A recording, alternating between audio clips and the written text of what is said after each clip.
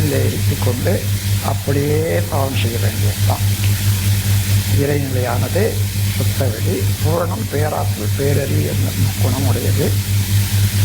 அதனுடைய சூழ்நிலத்து ஆற்றலால மடிப்பு விழுந்து விண்ணாகி, விண்களுடைய கூட்டத்தினால பஞ்சபூதங்களாகி, பஞ்சபூத கலவியே அண்டங்கள் பலவாகி, அவற்றில் ஒன்று உலகமாகி, உலகிலே ஓரறிவு முதலான தாவரம் முதற்கொண்டு 2 அறிவு, 3 அறிவு, 4 அறிவு, 5 அறிவு என்று 6 அறிவு வரையில மனிதனாக வந்தபோது, அந்த மனிதனில் மற்ற எல்லா பொருளையும் அழுத்தம் ஒளி சுவை மனமாக திகழ்ந்து கொண்டிருக்கக்கூடிய அதே காந்த சக்தி மனிதனில் மனமாக இயங்கிக் கொண்டிருக்கிறது. இந்த உண்மையை அப்படியே விரிவான அகநோக்கில் அகக்காட்சியாகவே கொண்டு செய்வதுதான் பிரம்ம நிலை தவம். அப்படியே சிறிது நேரம் அந்த தவத்தை செய்வோம். சங்கல்பம். இறைநிலை உணர்ந்து அறிவறிந்து அன்பும் கருணையும் கொண்ட வாழ்க்கையிலே நிலைத்திருக்கும் பிரம்மஞானியர்களே, மனவளக்கலைஞர்களே, மனவளக்கலையில் முதல்ல உடல் நலம் முதற்கொண்டு உடல் நலம், மனவளம், நட்பு நலம், கருமைய தூய்மை என்ற 4ஐயும் கடந்து 5ஆவதாக உள்ள படிதான் பிரம்மஞானம். அந்த எல்லையிலே இப்பொழுது நின்று கொண்டிருக்கிறது.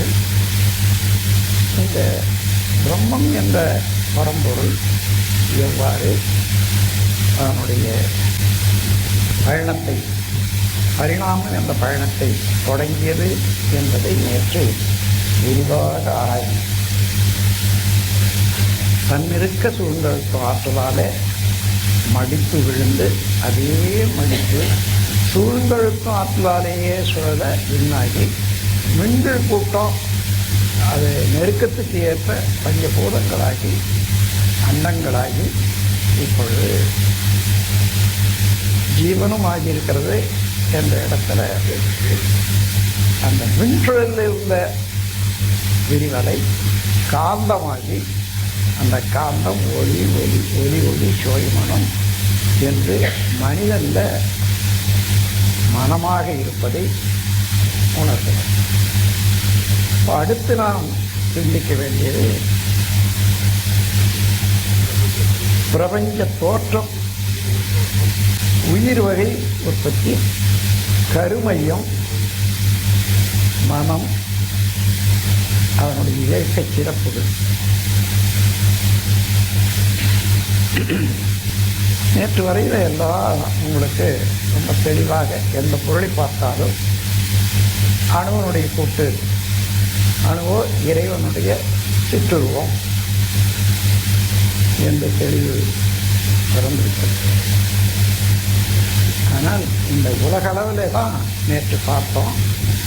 இந்த உலகத்தை தாண்டி உள்ள மற்ற பொருட்கள் அல்ல, இந்த உலகமே தோன்றிய வரலாறு, இந்த உலகத்தில் உயிர் வகை தோன்றிய வரலாறு, உயிர் வகையில் மனம் செயல்படும் முறைகள், இவைகளை இதுவரையில் ஒரு சிலரே கண்டார்கள். அவர்களெல்லாம் ஞானியர்கள் என்று அழைக்கப்பட்டார்கள். அந்த காலத்தில் அவர்கள் காலம் வரையில் அவர்களுடைய அடியார்களுக்கு, அன்பர்களுக்கு அந்த உண்மையை நேரடியாக ஓதி வைத்துள்ளார்கள். ஆனால் காலத்தால் விரிப்பட்ட அறிவும் மக்களுடைய விரிந்த மனப்பான்மையும் இன்று அந்த உண்மையை நாடி நிற்கிறது. அதற்காகவே காலத்தால் இந்த அறிவு இப்பொழுது உங்களுக்கு எல்லாருக்கும் சேர்ந்து கொண்டிருக்கிறது இறைநிலை மூலமாக.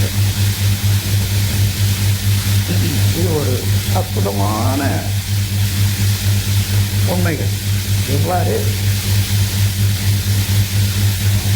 உலகம் தோன்றியது, எவ்வாறு உலகம் தோன்றியது,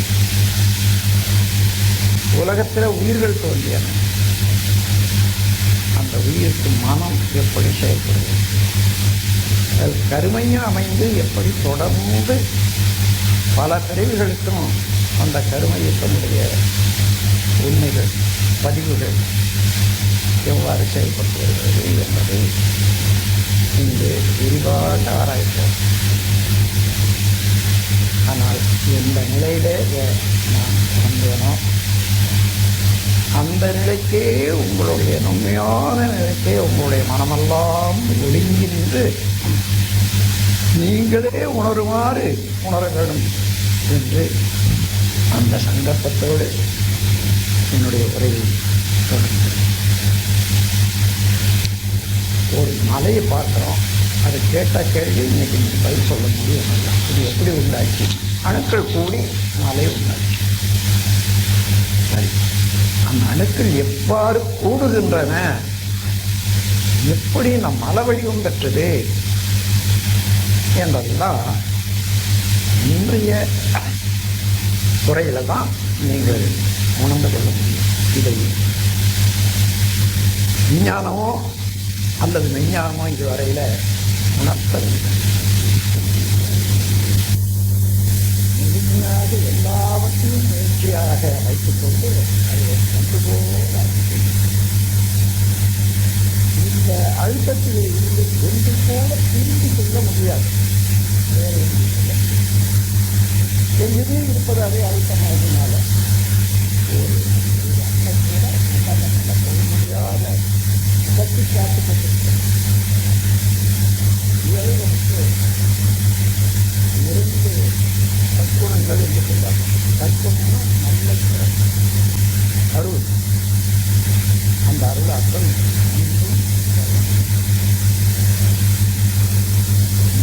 அன்பு என்றால்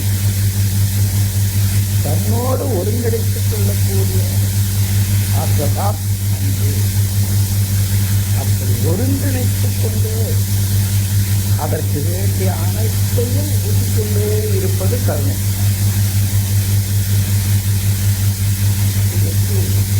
ஒரு கோமையன் சிந்து விட்டு அந்த சிந்திக்கு வீட்டு போகாது இருப்பது அதனுடைய காம்பின் மூலமாக அதை பிடித்து கொண்டே இருப்பாங்க. அதுதான் தன்னிலே இணைத்துக் கொண்டே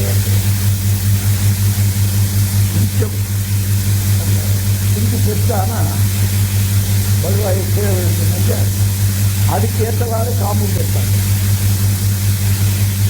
அந்த மாதிரி தன்னிலே இணைத்துக் கொண்டிருக்கிறார். அப்படி இணைத்துக் கொண்டே இருக்கும்போது தன்னுடைய சாரத்தையே அதுக்கு உணராக ஊற்றி பெருக்க வைத்துக் கொண்டிருக்கிறது அல்லவா? இதுதான் கருணை. ஒரு அண்ணன் தன் குழந்தையை எப்பொழுதும் கட்டி பிடித்துக் கொண்டு அன்னை போட்டாலே அது பாதியோட இருக்கக்கூடிய காட்சி இருக்கிறது. அந்த மனப்பான்மை அதுதான் அன்பு.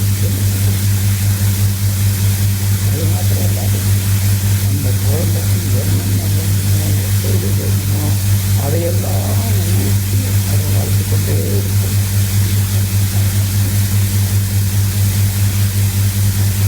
உலகம் சுற்றும் வேகம் ஒரு மணிக்கு 1000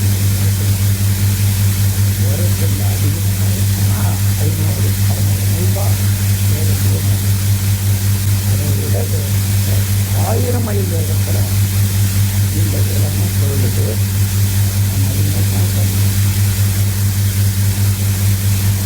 சுழற்சிய தெரியல.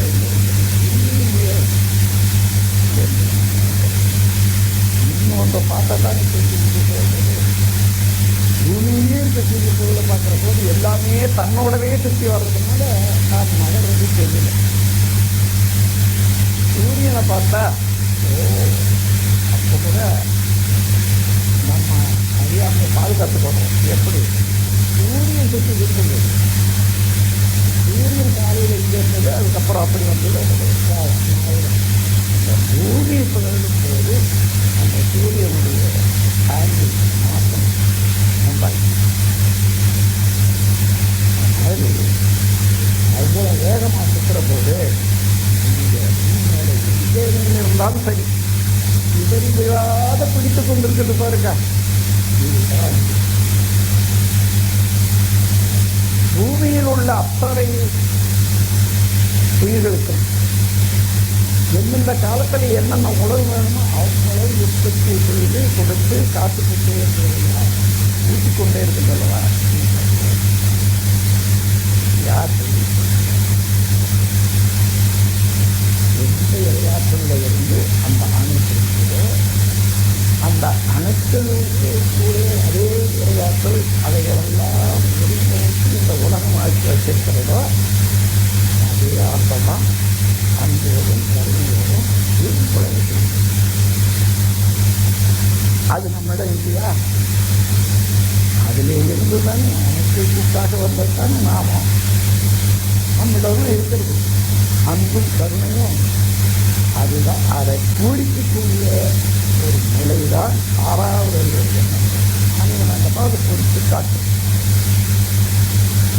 ஆனால் விலங்கினத்தின் மூலமாக பரிணாமத்தில் நம்முடைய வாழ்க்கை வந்ததுனால அங்கே உள்ள பதிவு, அந்த பதிவின் காரணமாக கருமையத்தில் இருக்கக்கூடிய அந்த விலங்கினப்பதி என்னன்னு பாருங்க. தன்னை காத்துக்கொள்ளுது. ஆனால் இன்னொரு உயிரை கொண்டுதான் பார்த்து வாழும். அது எப்படி முடியாது? வேற தான் அதாவது உணவு உற்பத்தி செய்ய எந்த விலங்கினத்துக்கும் உயிரினத்துக்கும் தெரியாது. மனிதன்தான் எடையை போட்டு 100 அதை சாப்பிட முடியும். விலங்கினத்துக்கு அதனால இன்னொரு உயிரை உயிரினா அதை சரிகட்டு இந்த உயிராக முடியாது. நன்வாய்க்குள்ள போகக்கூடியதாக இருக்கணும். தன்னால் பிடித்துக் கொள்ளக்கூடியதாக இருக்கணும். தன் உடல்ல ஜீவனிக்கக்கூடியதாக அந்த மாதிரி உயிரத்தனம் உண்மை. அப்போ அந்த உயிரை கொல்லும் போது அந்த உயிருக்கு ஒரு வேதனை, துன்பத்தை கொடுத்தோம். துன்பத்தை வேதனைப்பதே உள்ள இறைநிலைக்கோ இரவில் உணவுகளாக பெறும் அதாவது துன்பத்தை உறவு கொண்டு உள்ளத்தால் வீழ்வித்து உணர்ந்து இறைந்து சிறந்த திருப்பம் என்கிறது. அந்த துறையில்தான் அதை பயன்படுத்துகிறோம். அது வரைய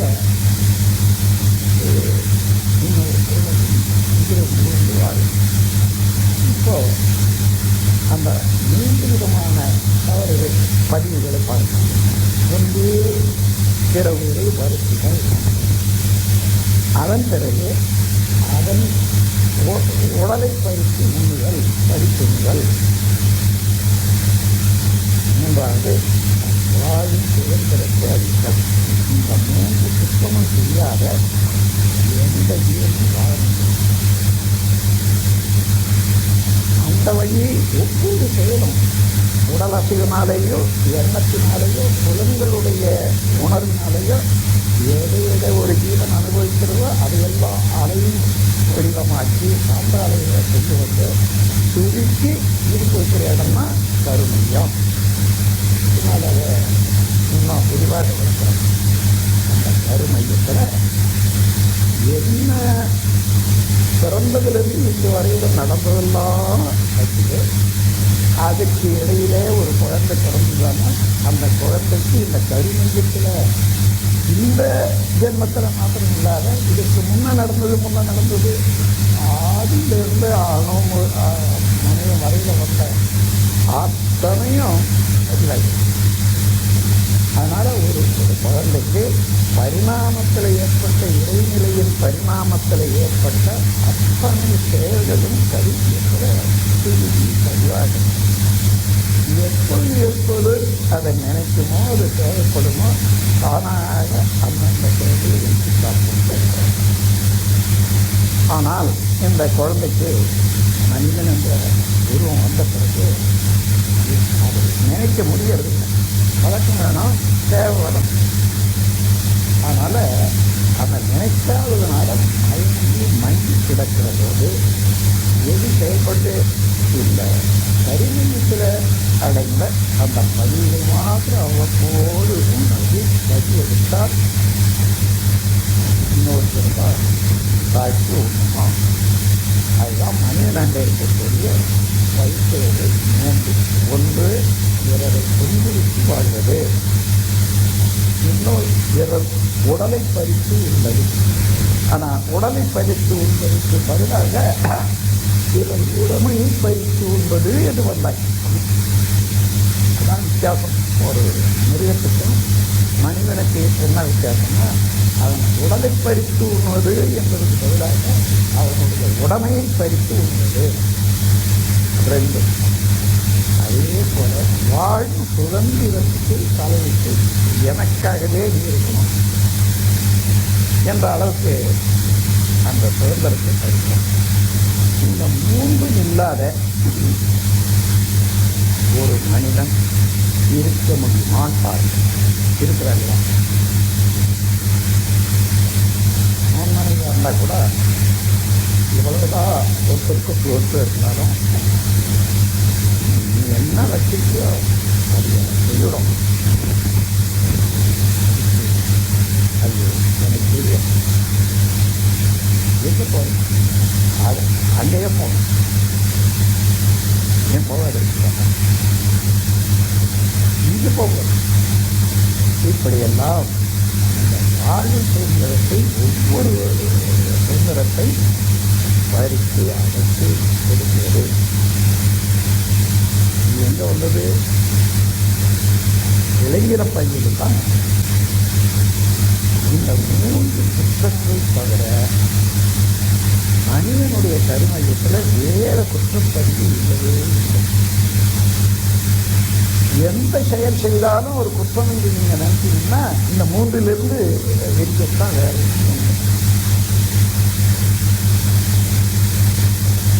பொருளை பறிக்கணும்னு நினைப்பான். அந்த பொருளை விட அந்த அதிகாரம் அதை பறித்த பொருள் வரும்னா அதிகாரத்தை பறிக்கணும்னு நினைக்கும்.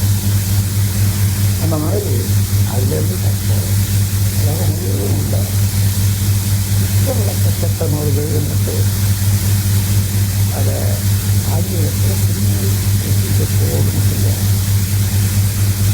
இன்னைக்கு உலகத்தில் இருக்கக்கூடிய அந்த கிரிமினல் ப்ரொசீஜர் கோட் என்ற சட்டங்கள்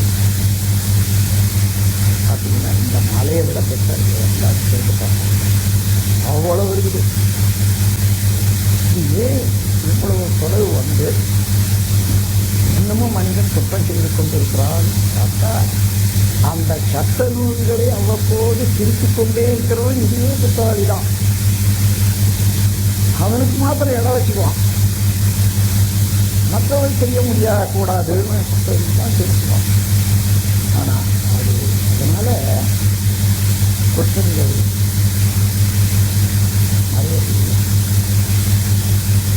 இந்த நிலை மாறி இறைவன் தான் பரிணாமத்தில் மனிதனாக இருக்கிறான். ஒவ்வொரு மனிதனுக்குள்ளாரும் இறைநிலையினுடைய 10,000 பேராற்றும் பேரறிவு ஒடுங்கி இருக்கிறது. அதே போல அவரிடத்தில் இருக்கிறது, இவரிடத்தில் இருக்கிறது. இறைவனே தான் அறிவாக, ஆன்மாவாக, கருமையமாக, மனமாக அங்கே என்னிடம் இருந்து இந்த பழைய பழக்க விரைவில் தொடர்வதாக இந்த பாவங்கள் 3 விதமான பாவங்களும் மீண்டும் அவனுக்கு செய்தால் அது இறைவனுக்கே நான் செய்தார். அதனால எந்த குற்றமும் எதற்கு செய்யக்கூடாது. என்ன குற்றம்? பிறர் மனம் வருந்துதல், பிறர் பொருள் பறித்தல், பிறர் சுதந்திரத்தை நடத்துதல் அல்லது இதை செய்யலன்னு அப்படின்னு நீங்க சாப்பிடு மாமனிதன் அது செய்கிற வரைக்கும் கடவுளுக்கும் மனிதனுக்கும் என்ன வித்தியாசம் கணக்கு போட்டு பாருங்க. கடவுள் மனிதனிலே வந்தபோது +3 இறைவன் இருந்துதல் பிறப்பது கழித்தல் சுதந்திரத்தை இந்த 3 கடவுள் ப்ளஸ் இந்த 3 இருக்கிறது ஈக்குவல் டு மேன்.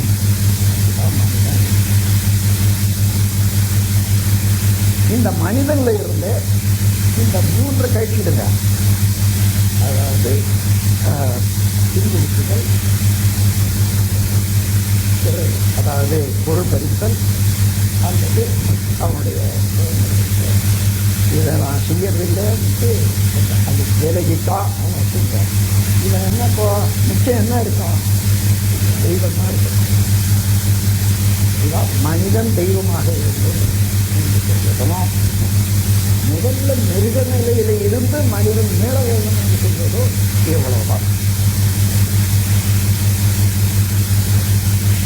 இவ்வளவு தெரிஞ்சுக்கணும். இது முடியாதுதான். உடல் உறுப்புகளும் மூளையினுடைய திறமைதான் ஆராய்ச்சி.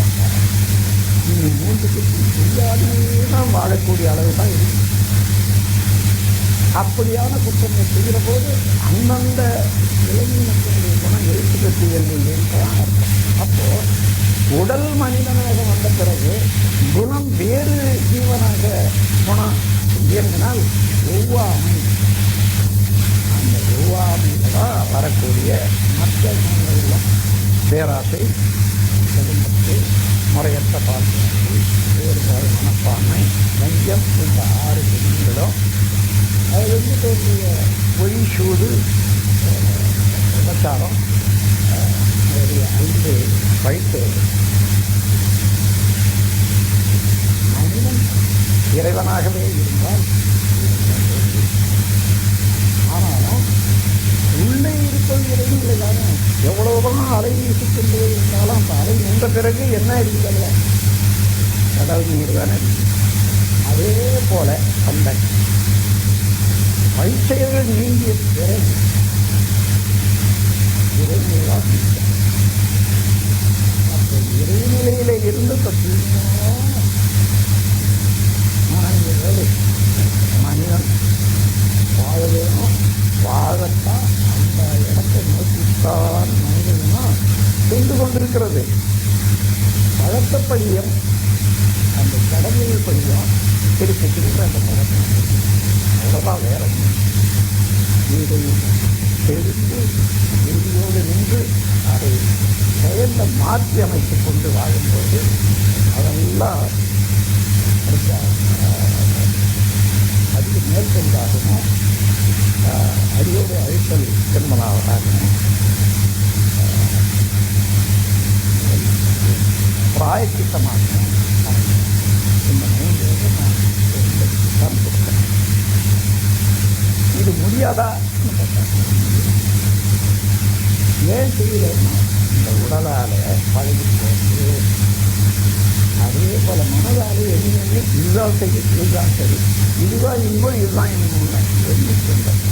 இந்த பழக்கம் தவிர தேவையினால மனிதன் இப்பொழுது தவறு செய்வதே இல்லை. இப்ப நடக்குது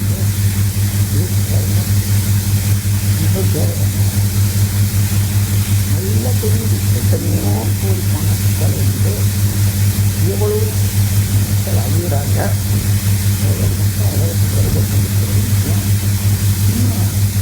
அந்த காலையில் தயாரிப்பு அந்த காலத்தில் இந்த வேணும் எங்களுக்காக அன்னைக்கு சாதாரண வயலில் 3,000 அதனால் யுத்தத்தை நிற்க முடியாதுன்றதுக்காக விளையாட்டுக்கள் எல்லா வகையான விளையாட்டுகளும் மனிதன் யுத்தத்துக்கு தயாராக இருக்கவும் அந்த யுத்தம் செய்யறதுக்கு வேண்டிய உடல் வந்து தேவை என்பதுதான் இன்றைக்கு இருக்கக்கூடிய இந்த விளையாட்டுகள் எல்லாம்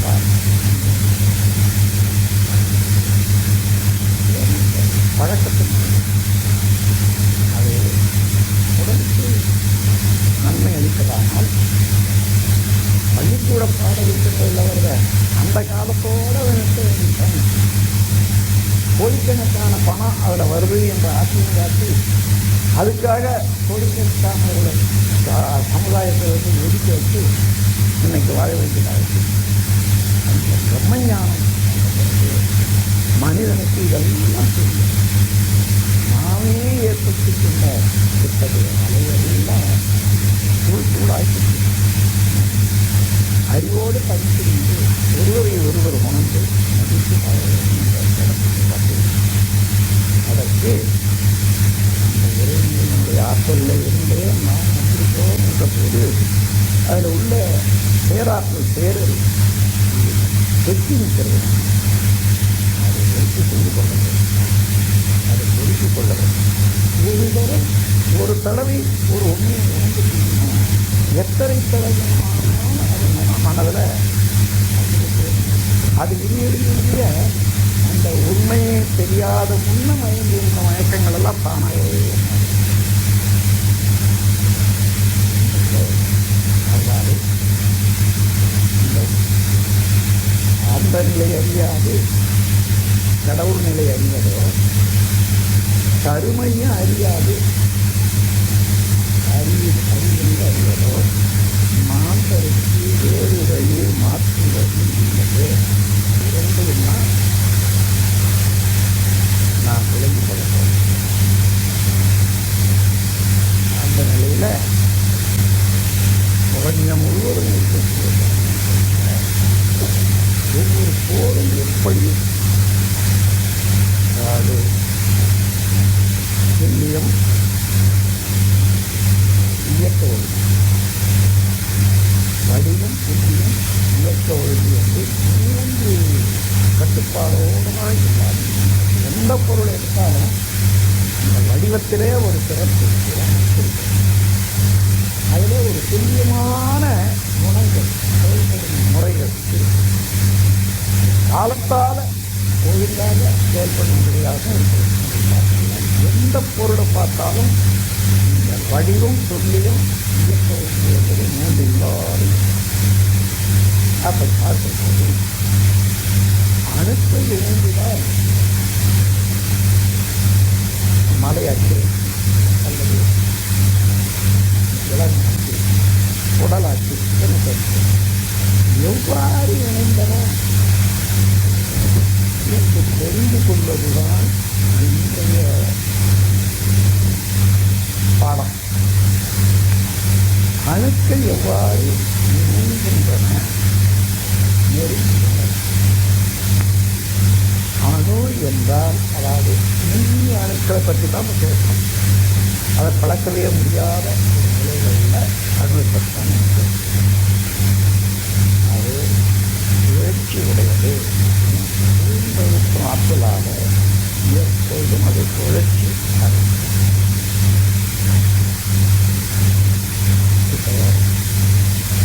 குழந்தைங்களுக்கு இதில்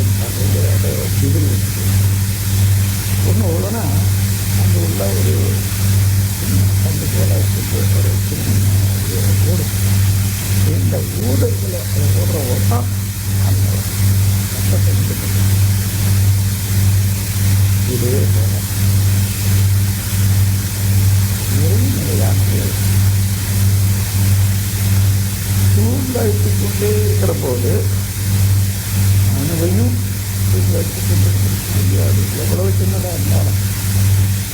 அப்போ அதனுடைய அழுத்தம் சூரிய மைய வரைக்கும் போகிற போது எல்லா பக்கத்திலிருந்து அதுவே இறை ஆற்றல் வர்றபோது அதுக்கு மேலே போக முடியாத நிலை பிரித்து சேர்ந்து அப்போ வர்றது அழுத்தமும் உள்ளே வந்து கொண்டே இருக்கிறது.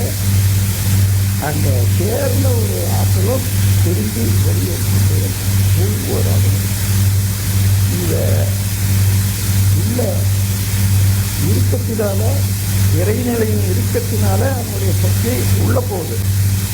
ஆனால் அந்த அணுவில் அதுக்கு மேலே கொள்ளளவு இல்லாதனால இதை நீங்கள் யூகிக்கிறது ஒரே ஒரு வழி. அடியில் நாம் செஞ்சு இருக்கிறோம் அல்லது பாருங்க தண்ணி தான் நிறைந்த உடனே தண்ணி அதன் பிறகு இந்த குழாயடியை வச்சுட்டீங்க. இந்த போகிற வேகத்தில் தண்ணி உள்ளவும் போது அதில் வந்துட்டு அப்போ உள்ளையும் போய்கொண்டே இருக்குது, இதில் வந்து கொண்டே இருக்கிறது. ஆற்றல் நிரம்பி இதனால் நம்ம உடலில் மூச்சு உள்ளே போயிட்டே இருக்குது. அதுக்கு மேலே அந்த பிடிக்க முடியாதனால தள்ளி விடுற போது மூச்சு வெளியே வந்து மறுபடியும் இருக்குது. ஒவ்வொரு அணுவும் பாதிக்கும். அணுவில் மூச்சு விடுறது இல்லைன்னா நாம் மூச்சு விடணும். மூச்சு இழுத்து விடுறதுனால்தான் தொடர்ந்து இயக்குது. அந்த மூச்சு விடுறது நின்னாலும் மூச்சு இழுக்கிறது நின்னாலும் இந்த உடலுக்குள்ளாக உடல் இல்லை. அதே போல அதனால அந்த அழுத்தத்தினாலே வெளியே வரக்கூடிய சுற்றளவில் வேகமாக சுற்றி கொண்டிருக்கிறதுல அந்த சுழல் தொடர்ந்து வர்றபோது அதிலிருந்து வரக்கூடிய அலை தான் அது அலையாக வருது வெளியில் இறைவெளியோட கலக்கிறது. அப்போ ஏற்கனவே இறைவெளி அழுத்தி கொண்டு உள் செல்லக்கூடிய வேகத்தில் இருக்க வேகத்திலிருந்து இப்பொழுது அந்த இருக்கத்திலிருந்து விளக்கும் வேகமாக மாறும் இல்லையா? அப்போ இருக்க வேகமே ஒரு அளவில் போகிறபோது விளக்கும் வேகமாகும். இந்த இரண்டும் ஒவ்வொரு அணுவிலும் இருக்க வேகம் சூழ்ந்தழுத்து கொடுக்கக்கூடிய இறைவழியினால அது சுழலும் வேகத்தினால மையத்தில் இடம் இல்லாதனால ஒவ்வொரு அணுவிலும் சுழல் விரைவுக்கு தகுந்தவாறு இந்த அணுக்களுக்கு இடையே இடைவெளி இருக்கும். இடைவெளி இல்லைன்னா அணு அல்ல. சுழற்சி இல்லைன்னா தானே இடைவெளி. அதனால சுழற்சி இல்லாத போனால் அணு அல்லது, சுழற்சி இல்லாத நின்று போனால் வெளிதான் அணு அல்ல.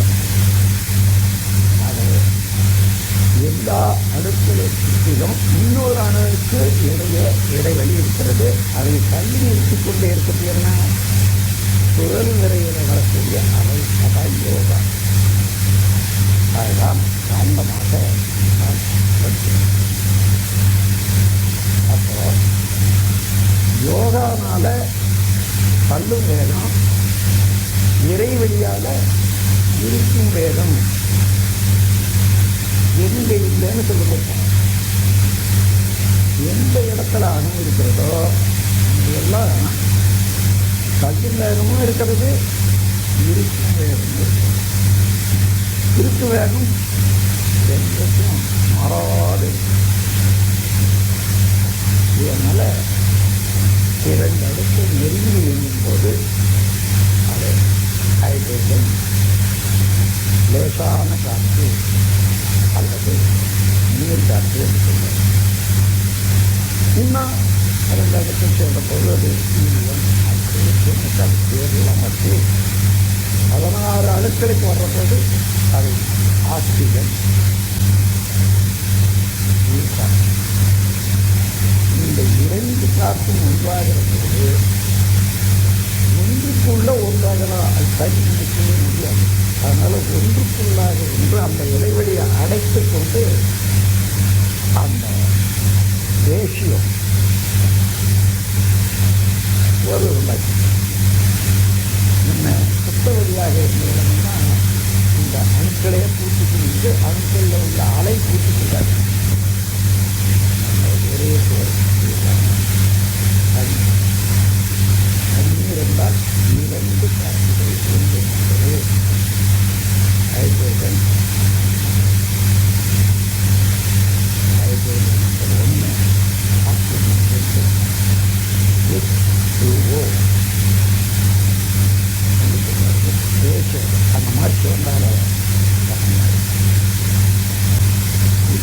போல தண்ணி விண்கள் சேர்ந்து கொண்டிருக்கிறது. ஒன்றோடு ஒன்று நெருங்கி வர்றபோது ஒன்றுக்கு சுழல் வித்தியாசம் இருக்கிறது மட்டுமில்லை. இப்போ ஒன்று 50 லட்சம் சுழல்கள், இன்னொன்று 1 கோடி சுழல்கள். அது விரைவாக சுழல்வது, அது சுற்றியும் குறைவாக சுழல்வது, அதுக்கு மத்தியிலிருந்து இந்த கூட்டு ஒரு நிகழ்வு அடிப்படையாக அமைந்த போது அதுதான் பயன்படுகிறது. இந்த பதவிய தோற்றத்திற்கு நீர் அமைச்சதான். அப்போ அதோட ஆக்சிஜன் வந்து தேவைப்படுது. இப்போ ஹைட்ரோஜன் மாற்றம் இது மட்டும்தான், அதுவும் குறைந்து கொண்டே இருப்பதனால அது சூழ்ந்த அழுத்தத்தினால அது கூட்டமாக கூடி அது மொத்தமாக சுழல்ற போது இதை நெபுலான சொல்வாங்க. அலை வடிவத்திலேயே சுழந்து கொண்டிருக்கிறது முதல் அங்கம். அதில் இந்த ஹைட்ரோஜனோட கூட்டு மேலே மேலே அமைப்பு சேர 14 வருதுன்னு ஆக்சிஜனுக்கு, அதுவும் ஹைட்ரோஜன் தண்ணியானா இப்போ இந்த சுழற்சியில் lighter things are thrown out, பெரிய திங்ஸ் ஆர் ட்ரான் இன். அந்த மாதிரி ட்ரானாகவே, அதாவது சென்ட்ரிஃபியூகல் ஃபோர்ஸ், சென்ட்ரிஃபியூகல் ஃபோர்ஸ்னு 2 இருக்காது. கனத்த பொருளெல்லாம் மையம் நோக்கி வருவதும் லேசான பொருட்கள் எல்லாம் வெளியேற்றப்படுவது, இப்படியே வரப்படுது. மையத்தில் எது நிற்கோ ஆக்சிஜன், அந்த ஆக்சிஜனோடு சேரக்கூடிய ஒரு ரேஷியோவில் உள்ள அதாவது நீரணுக்கு வரும்போது தண்ணி. இப்போ தண்ணி ஒன்று, ஆக்சிஜன் ஒன்று, ஹைட்ரோஜன் ஒன்று, தனியானது சுழல். இப்போ 4, இந்த 4 சேர்ந்து சுழலுதுன்னு சொன்னால் இந்த 4 எது ஹெவியராக இருக்கும், அதாவது மறு உள்ளதாக ஜனம் உள்ளதாக தண்ணி. அது நடுமைக்கு போயிடும். நீர் நடுமையும், நீரை தாண்டி அதுக்கு மேலே காற்று, அதுக்கு மேலே 3 அமைப்பு அதே சூழ்நிலைக்கும் காலம் எப்போ இருக்கிற இருக்க இந்த நீரை கெட்டிப்பட்டு நிலம் என்றால் அது பாலிக்குடி. நீர் எப்படி கெட்டிப்படும்? அதுக்கு ஒரு பெரிய கணக்கோட இருந்தது. நாங்கள் சாப்பாடு தும்மல் வந்து தும்மல் வந்தால் சளி பிடிக்கும் போது மட்டும்தான் அது ஒரு நாளைக்கு தண்ணி அப்படியே கட்டிட்டு அந்த தண்ணியை சொட்டிகிட்டே இருக்குது. ஒரு நாள் மறுநாளைக்கு அந்த தண்ணி இருக்கிறாரு. 3வது நாளுக்குள்ளாக அப்படி கட்டினா தண்ணி தான் அந்த தண்ணியே கட்டி வைக்கிறது. அதுக்கு பிறகு அந்த சளி கட்டியாச்சுன்னா அப்படியே எடுத்து பார்த்தீங்கன்னா உருக்கலாம். அதுக்கு மேலே நெகை பிடிச்சிட்டு பாருங்க, 5 நாள் 6 நாள் போட்டு பார்த்தா கண்டு மாதிரி முட்டு மாதிரி எப்படிதான் அதுவே ஒரு எடையை போட்டுருங்க. இந்த தண்ணி இந்த தண்ணீரில் என்ன இருக்குது? ஆக்சிஜன் இருக்குது, ஹைட்ரோஜன் இருக்குது இல்லையா? அது அங்கே ஆனால் விரைவான சூழல் இருக்குது. அதனுடைய வேகம் வர வர வர குறையுது. எப்படி குறையுது? அந்த அதற்குரிய வேகம் தாய் மரத்தில் இருந்து வந்த அந்த விடயத்தில் அதில் இருந்த சுழல் விரைவு ஒவ்வொரு அணுவிலும் எப்படி இருந்தோ அந்த சுழல் விரைவு அப்படியே பதிவு செய்து கொண்டிருக்கிறதுனால முதல்ல இத்தகைய சுழல் வந்துட்டு அதை குறைச்சி அப்போ ஒவ்வொன்றாக மாற்றிக்கொண்டே வந்து நெருங்கி எங்கக்கூடிய அளவுக்கு வெட்டி பொருளாக வந்துட்டு வெட்டி பொருளாக வர்ற போது அங்கு உள்ள காந்த சக்தியானது அழுத்தமாக ஒளியாக சுவையாக மனமாக மாறும்போது அதே மரத்தில் இருந்த இலை ரசாயனம் எலக்ட்ரிசிட்டி எல்லாம் இதுக்குள்ள சுழல் விரைவுக்கு எங்கே இருக்குது அடிப்படை அதன் அதாவது பதிவுன்னு பார்த்தீங்கன்னா இந்த காந்த சக்தியில் தான் இருக்குது. இந்த காந்த சக்தி அங்கே இருந்து சப்ளை ஆச்சு பாருங்க, தாய் மரத்தில் இருந்து விதையில, அந்த விதையில் இருக்கிறது ஒவ்வொரு அணுவையும் ஒருங்குபடுத்தி கொண்டே பேராற்றல் பேரல். அந்த பேரல் என்பது ஒழுங்காற்றல். அப்படி வர்றபோது முதல்ல தண்டு வந்தது, அப்புறம் கிளை வந்தது, இலை வந்தது. ஒன்றன் மின் ஒன்றாகத்தான் வர முடியும். ஒன்றிலே இருந்து ஒன்றாக வருவதுதான் பரிணாமம். அது நினைச்சா படைச்சான்னு சொல்றாங்களா, அதெல்லாம் முடியாத காரியம். கடவுளாக இருந்தால் கூட நினைச்சா படைச்சிட முடியுமா? ஏன்? எதை எடுத்து அவன் படைப்பான்? அவனுக்கு அப்பால் இன்னொன்று இருந்தால் தானே எடுத்து படைக்கிறதுக்கு. அதனால படைப்பு என்றதுக்கு இல்லை, பரிணாமம் தான். அவனே அணுவாகி அடைக்கட்டோடு இந்த மாதிரியாக வந்தபோது இந்த அண்டத்தில் முதல்ல நீராகவும் அதன் பிறகு கெட்டிப்பொருளாக இருந்து அந்த கெட்டிப்பொருளே இன்னும் கெட்டியாகிற போது உலோகங்கள், அலுமினியம், இரும்பு, ஈயம், பொண்ணு, தாமரம், எல்லாம் உலோகங்கள் தான். எல்லாம் கெட்டிப்பொருளில் இருந்து கெட்டியிலே கெட்டியாக,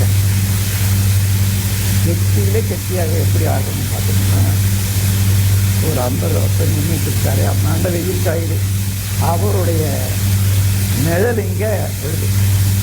அவரை நீங்கள் போய் அங்கே நிற்கிறீங்க, அவர் பக்கத்தில் உங்கள் நிழலும் சேர்ந்து இருக்கு. முன்னையை விட இப்போ இந்த நிழல்லையே ஒரு வித்தியாசம் வருது இல்லையா? இதுதான் கெட்டி பொருளையே எப்படி மாற்றம் ஆகுதுன்னா, கெட்டியிலே கெட்டியாக அந்த அழுத்தமா இன்டென்சிட்டி செயல்பாடு. பொண்ணும் மண்ணும் வேறு வேறுன்னு நாம் நினைக்கிறோம். காரணம் என்னன்னா விலையில. ஆனால் உண்மையில் என்ன, அந்த உண்மை கண்டவர்கள் ஓடும் செம்மண்ணும் ஒக்கவே நோக்குவார். ஓடும் ஒன்றா மண், செம்மண் பொண்ணு இருந்தது, இந்த ரெண்டையும் ஒன்றா தான் பார்ப்பாங்க. இதில் என்ன நினைக்கிறாங்க, வேல்யூ ஜாஸ்தியாக இருக்குது, பணம் ஜாஸ்தியாக வந்து இது தூக்கி போட்டுடலாம், அதனால் அதை பெருசாக நினைக்கிறவனா உலக இதை சேர்ந்தவன். ஒரு மகான் வந்து இந்த ஓடுக்கு செம்மண்ணும் ஒன்றாக நினைக்கிறாங்க. ஏன்னா அதுக்கு மனத்தை பற்றி கவலை இல்லைன்னு நினைப்பாங்க. அது இல்லை. ஓடு எதனால் ஆக்கப்பட்டது, பொண்ணு எதனால் ஆக்கப்பட்டது, அணுக்களால். அந்த நெருக்கத்துக்கு தகுந்தவாறு அங்கே உள்ள காந்த கட்டி ரசாயன வேறுபாடு உள்ளது. அந்த ரசாயன வேறுபாட்டால் இது பொண்ணாக இருக்குது, இது மண்ணாக இருக்குது. இவ்வளோதான். அந்த உண்மையை உணர்ந்த தத்துவத்தை உணர்ந்த ஞானிகள் ஓடு செம்மண்ணும் ஒக்கவே நோக்குவார். அந்த நூலை முதல்ல அப்படியே சொல்லும்போது முதல்ல நீர் உலகம் தோன்றி, அதாவது ஆவி உலகம் தோன்றி, அது சின்ன காற்று உலகமாகி, அதுவே நீர் உலகமாகி, நீரில் இருந்து கெட்டி உலகம் வந்து, கெட்டியிலிருந்து உலகங்கள் உலோகங்கள் ஆகி, அதிலேயும் இன்னும் உலோகங்கள் என்று சொல்ல முடியாத உருக்கு நிலை அடைகிற போது இன்னும் பல, அதாவது ஒரு யுரேனியம், சோடியம்னு சொல்லக்கூடிய 150 எண்ணத்தை சேர்ந்த கூட்டம்லாம் இருக்காரு. அப்போ அவைகளெல்லாம் எங்கே இருக்கோ, நடுமையத்தில் இருக்கும். லேசானதெல்லாம் இல்லை. இப்போ நான் வந்து பூமியில், பூமிக்கு மேலே தான் தண்ணீர் இருக்குது. தண்ணீர் வந்து பூமியை விட லேசானது. அந்த தண்ணியை விட காற்று லேசானது. அதை விட பூமியை சுற்றி இருக்குது காற்று. அதை விட விண் லேசானது, விண்வெளி அதை விட மேலே. இதுலேயே தெரிஞ்சு அப்போ பூமிக்கு அடியிலையும் அந்தந்த உலோகங்களுக்கு ஈர்ப்பு நிலைக்கு தகுந்தவாறு, தெரிவுக்கு தகுந்தவாறு மேலேயே இருந்து சில உலோகங்கள் இன்னும் அடியில் போகுது, இன்னும் அடியில் போகுது, இன்னும் ரொம்ப அடியில் போகுது.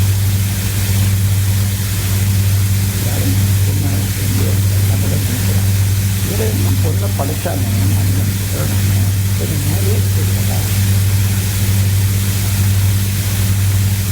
அது ஒழுங்காற்றல் என்ற ஒரு சொல்லிய ஒழுங்காற்றல்னா அது வந்து அடையும் நிலைக்கு ஏற்ப தானாகவே இது இல்லை, அதுக்கு ஸ்பெசிபிக் கிராவிட்டி என்று பேர்.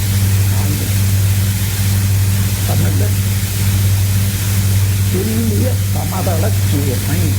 துல்லியமாக அதுக்குரிய இடத்தை பிடிக்கக்கூடிய தீர்வு இருக்கிறத அதுதான் ஸ்பெசிபிக் கிராவிட்டி. தமிழில் வார்த்தை இல்லை, அதனால தேடி தேடி போட்டு துல்லிய சமதள கூர்மை போட்டு இந்த துல்லிய சமதள கூர்மை ஸ்பெசிபிக் கிராவிட்டி இந்த உலோகங்களுக்கு தண்ணிக்கு பாகமத்துக்கும் பார்க்காதீங்க. அதனால்தான் ஒன்று மேலே ஒன்று அடியில் ஒன்று நடுமுறை இருக்குது. அது மாத்திரம் இல்லை, மனிதனுக்கு கூட அது பொருந்தும். ஒரு குடும்பத்தில் 4 குழந்தைங்க பிறக்கும். ஒரு விவசாயம் அவனுடைய அறிவு, அவனுடைய பண்பாடு, அவனுடைய பழக்கவழக்கங்கள் தெரியலாம், அதை ஒட்டியது. அதுக்கு மேலே இன்னொருத்தன் பச்சு வேலை செய்ய போகிறான், நாற்காலி பெருசு வேலை செய்ய போகிறான். இன்னொருத்தன் விஞ்ஞானம் படிக்கிறான், அது இன்ஜினியரிங் காலேஜ் வரைக்கும் படிச்சுட்டா எந்த இன்ஜினியரிங் செய்ய முடியும். அதுக்கு மேலே ஒருத்தன் இதெல்லாம் படிச்சுட்டான், அதாவது ஆகாயமான. இந்த 4 பேரும் ஒரே இடத்துல இருப்பாங்க. படிப்பில் ஏற்பட்ட வித்தியாசத்துக்கு தகுந்தவாறு அவன் அறிவு சிறப்படைகிறதுக்கு தக்கவாறு எந்த இடத்துல அது பொருத்தமாக இருக்குமோ அந்த வீட்டில் வச்சுக்கோ. அதில் அவர்கள் எந்த நிலை அடைகிறார்களோ அதுக்கு பொருத்தமான இடத்துல எப்படி இந்த உலகம் சுழந்து வரும்போது அதுக்கு பொருத்தமான இடத்துல வந்து நின்றுதான். நாம் கூட நம்முடைய திறமையினால, அறிவினால, பண்பாட்டினால இந்த உலக வாழ்க்கையில், சமுதாயத்தில் ஒவ்வொரு இடத்தை கொடுத்துட்டோம். அதனால்தான் நான் பேசிட்டு நீங்கள் உட்காந்து பேசிட்டு இன்னும் நீங்கள் வந்து என்னை விட இன்னும் தெளிவாக எடுத்து சொல்லலாம். இன்னும் வந்துட்டு திறமை வந்துட்டு மாட்டீங்க. நீங்கள் இந்த இடத்துல வந்துட்டீங்க, நான் அந்த இடத்துல இருக்கேன்.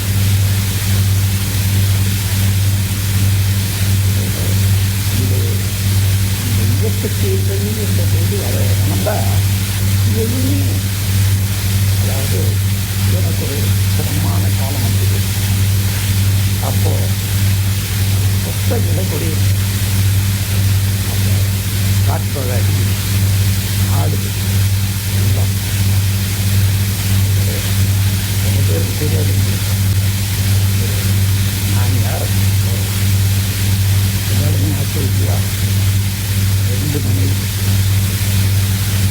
2 பேரும் அந்த கத்தரிக்கிறாங்க. என்ன தெளிவாக எங்கே போகிறது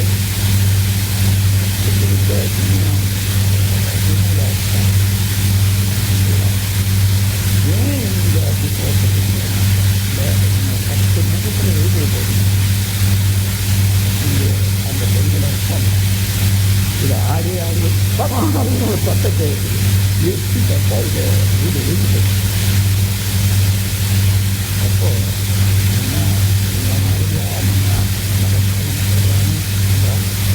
அன்னை லோகம் பார்த்துக்கலாம். நான்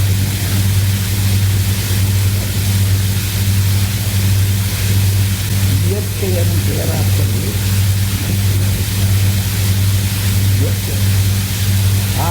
இயற்கை என்ற பேராட்டக்காரனுக்கு எல்லா ஜீவன்களும் ஆட்டக்காய்கள் பெயர்த்து இடம் மாற்றி வைப்பான். அது திட்டெல்லாம் அழிப்பான்.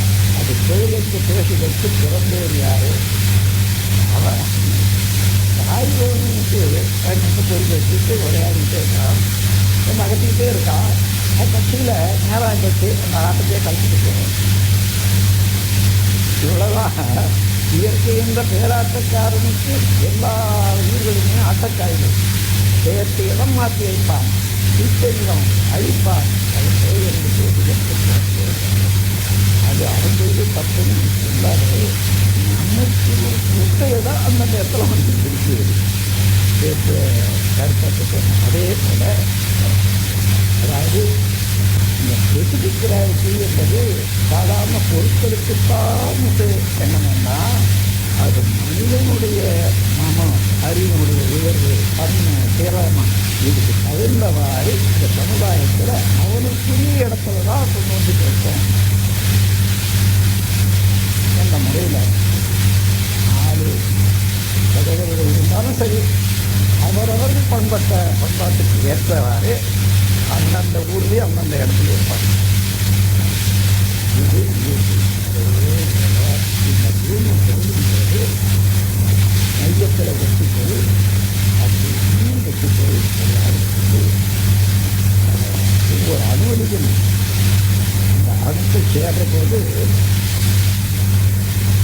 சுழல் விரைவு ரொம்ப குறைஞ்சி இருக்கிறது மையத்தையும், அதை விட சுற்றிட்டே வர்றது அதை விட கொஞ்சம் அதிகமான சுழல் உடையதாக 3வது தான் விரைவாக சுற்றத்தில் வளர்க்கிறார்.